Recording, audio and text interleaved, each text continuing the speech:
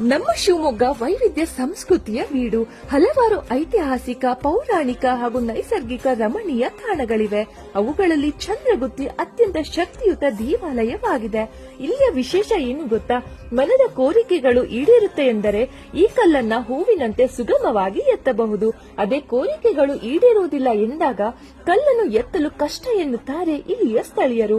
ಮಹಾವಿಷ್ಣುವಿನ ದಶಾವತಾರಗಳಲ್ಲಿ ಒಂದೆನಿಸಿದ ಪರಶುರಾಮ ತಮ್ಮ ತಾಯಿ ರೇಣುಕಾಂಬೆಯ ತಲೆಯನ್ನು ಕತ್ತರಿಸಿದ ಕಥೆ ನಮ್ಮೆಲ್ಲರಿಗೂ ಗೊತ್ತೇ ಇದೆ. ಆದರೆ ಪರಶುರಾಮರು ತಾಯಿಯ ರುಂಡ ಕಡಿದ ಜಾಗ ಬಹುತೇಕರಿಗೆ ತಿಳಿದೇ ಇಲ್ಲ. ಜಮದಗ್ನಿ ಕೋಪಗೊಂಡು ತಾಯಿಯ ಶಿರ ಕಡಿಯಲು ಪರಶುರಾಮನಿಗೆ ಆಜ್ಞೆ ಮಾಡಿದಾಗ ತಾಯಿ ಹೆದರಿ ಈಗಿನ ಚಂದ್ರಗುತ್ತಿಯ ಬಂಡೆಯ ನಡುವೆ ಆಶ್ರಯಿಸುತ್ತಾಳೆ. ಪರಶುರಾಮರು ತಂದೆಯ ಆಜ್ಞೆಯಂತೆ ತಾಯಿ ರೇಣುಕಾದೇವಿಯ ರುಂಡ ಕಡಿದ ಜಾಗವೇ ಇಂದಿನ ಚಂದ್ರಗುತ್ತಿ. ಚಂದ್ರಗುಪ್ತರು, ಕದಂಬರು, ಕೆಳದಿ ನಾಯಕರು ಆಳಿದ ಈ ದೇವಾಲಯ ಶಿವಮೊಗ್ಗ ಜಿಲ್ಲೆಯ ಸೊರಬ ತಾಲೂಕಿನಲ್ಲಿದೆ. ಈ ಶ್ರಾವಣದಲ್ಲಿ ತಾಯಿಯ